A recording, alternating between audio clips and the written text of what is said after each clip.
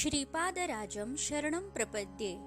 सद्गुरुनाथ परमपिता परमात्मा श्री गोपाल बाबा महाराज की जय। माझं पहिलं वाडी दर्शन 1994 साली दत्त भक्ती प्रारंभ झाल्यापासून नरसोबाच्या वाडीला आतापर्यंत 28 वर्षात फक्त 2दा जाणं झालं। सर्वप्रथम 2001 आणि नंतर 2005 मध्ये, म्हणजे सद्गुरुनाथ परमपिता परमात्मा श्री गोपाल बाबा महाराज पिठापूर आयुष्यात येण्यापूर्वी। वाडीला जाणं नगरहून तसं सरळ नाही। पहिल्यांदा गेलो तेव्हा ऑफिस मधील सहकारी बरोबर होता, त्याचं आधी जाणं झालं होतं। सकाळी 7ची नगर सांगली बस पकडली। प्रवास खूप मोठा, दौंड बारामती करत करत एक एक गाव थांबत दुपारी उशिरा बस सांगलीत एकदाची पोहोचली। तिथून विचारपूस करून दुसऱ्या बसने जयसिंगपूर आणि तिथून सीटर जीपने वाडी। संध्याकाळ झाली। मनोहर पादुकांच्या मागे रामचंद्र योगेश्वर समाधी व लगेच त्याच्या मागे मंदिराची जुनी धर्मशाळा। तिथं वरच्या मजल्यावर मनोहर पादुकांच्या जवळ रूम मिळाली। पटकन जाऊन घाटावर स्नान केले आणि दर्शनास आलो। भरपूर प्रदक्षिणा घेऊन महाराजांच्या म्हणजे श्री गुरु नरसिंह सरस्वती स्वामी महाराजांच्या समोर दूरवर बसून श्री गुरूंना मनोमन आत्मनिवेदन रिपोर्ट सबमिशन सादर केले।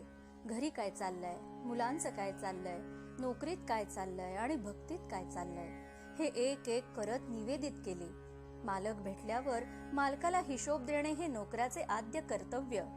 तुम्ही मला एवढी कामं सांगितली होती आणि खर्चायला एवढे पैसे दिले होते, ही त्या कामांची जबाबदारीची आजची सद्यस्थिती आणि हा हिशोब। नंतर पालखी झाली। गुरुजींनी जेवायला घरी बोलावले होते। कपडे बदलण्यासाठी रूमवर आलो। शेजारच्या रूम मध्ये गर्दी दिसली। त्यात एक उंची भगवे वस्त्र केलेला लांब केसांचा छोटा अंबाडा बांधलेला सडपातळ गोरा पान तरुण आणि त्याच्या भोवती बरेच स्त्री पुरुष बसलेले। आम्ही कपडे बदलून बाहेर आलो तर तो तरुण रूमच्या बाहेर येऊन कुणाशी तरी खाजगीत बोलत होता। त्याचं लक्ष आमच्याकडे येताच मी खुणेनेच विचारलं की तुमचं दर्शन घेऊ का? त्यांनी होकारार्थी मान हलवली। आधी मी वाकून पाया पडलो। ते आशीर्वादासाठी माझ्या पाठीवर हात ठेवायला गेले तर शॉक बसल्यासारखा त्यांचा हात मागे फेकला गेला। मी वाकलेला असल्याने मला ते दिसलं नाही, पण मी सरळ होताच ते बोलले की तुमच्यावर खूप कृपा आहे दत्तांची। मला करंट बसला। मी बाजूला झालो आणि माझा सहकारी नमस्कारासाठी झुकताच ते ओरडले की अरे इसको तो भूत बाधा है। माझा सहकारी तसा विक्षिप्त वागायचाच। रात्री जेवण करून लवकर रूम मध्ये झोपी गेलो। पहाटे 3-3:30 वाजता झोपेच्या गुंगीत थोडीशी जाणीव झाली आणि समोरच्या भिंतीवर प्रकाशाचा 1.5 फूट व्यासाचा एक गोल येऊन थांबला व श्री गुरूंचा आवाज आला, तुझा वास्तुदोष आहे हा पहा, तुझ्या नवीन घराचा प्लॅन तुझ्या 45व्या वर्षी होईल। असं सांगत राहत असलेल्या इमारतीमधील वास्तुदोषाचा नकाशा व लगेचच नवीन घराचा प्लॅन समोर धरला। वास्तुदोष परफेक्ट पॉइंट पोट केलेला होता आणि नवीन घराच्या उत्तराभिमुख चौरस प्लॅन मध्ये एकदम मोकळा चौरस आणि आत भिंती कॉलम असं काही नाही।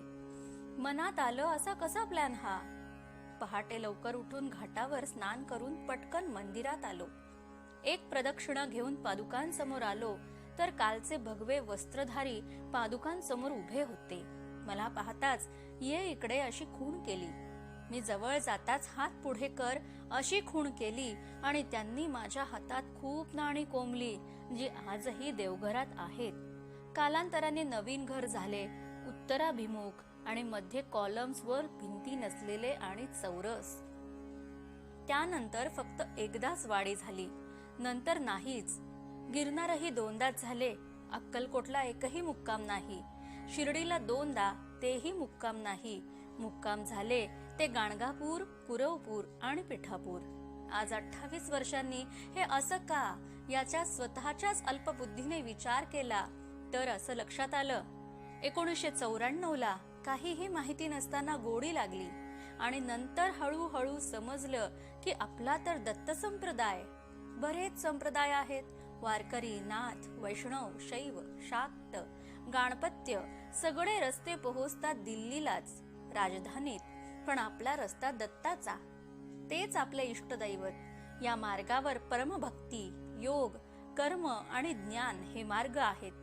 भक्ती मार्गावर पुन्हा 9 वाटा म्हणजे श्रवण ऐकणे, कीर्तन गुणगान गाणे, स्मरण आठवण काढणे, पादसेवन चरणांजवळ राहून सेवा, अर्चन पूजा अर्चा, वंदन नमन नमस्कार, दास्य नोकराची भूमिका, सख्य मैत्री, आत्मनिवेदन, काही न बोलता मनोमन सर्व रिपोर्ट करत राहणे, असे 9 प्रकार आहेत. मग या दत्त मार्गावर परत आपली लेन आहे श्रीपाद श्रीवल्लभांची. साई नाही, गजानन महाराज नाही, स्वामी समर्थ नाही, शंकर महाराज लेन आपली नाही. रस्ता एकच आहे, पण रस्त्यावर पांढरे पट्टे मारून लेन ठरवून दिलेल्या. लेन क्रॉस करायची नाही, दंड लागतो. प्रत्येक लेनचा स्पीड वेगवेगळा. काही थोड्या थोड्या अंतराने उजवीकडे वळतात, डावीकडे वळतात.